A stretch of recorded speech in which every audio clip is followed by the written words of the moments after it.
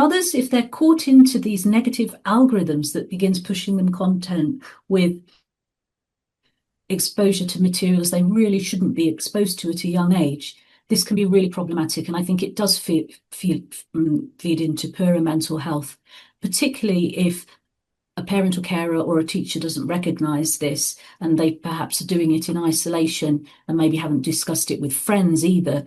I think that isolation and also the potential for cyberbullying can be highly detrimental. I've seen that occur in my clinical practice.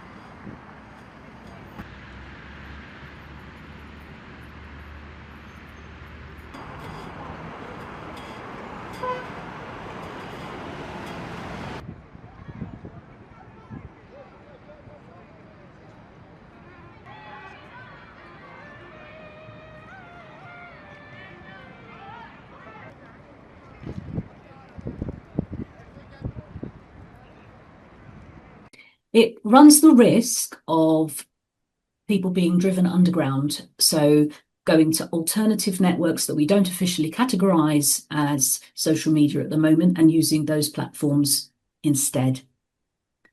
It also runs the risk of young people being more imaginative.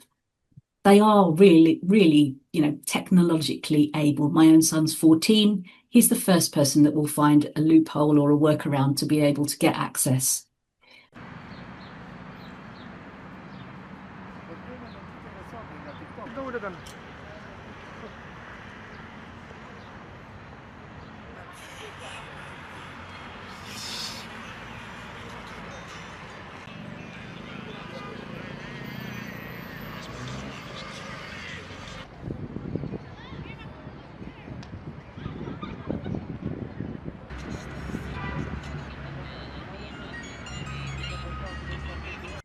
First things first, safety. We need carers and teachers and others involved with young people to be really observant and vigilant and know what they're looking for, to be able to detect early signs that someone's being cyberbullied or that they're being harassed or that they might be seeing inappropriate content or exposed to things they shouldn't be. They need to be encouraged to follow accounts that offer social support and are positively affirming, of which there are many. And I also think, for safety purposes, social media use should not happen behind closed doors. It needs to be out in, I always say this about computer use, gaming, all of these things should be out in the open as much as possible.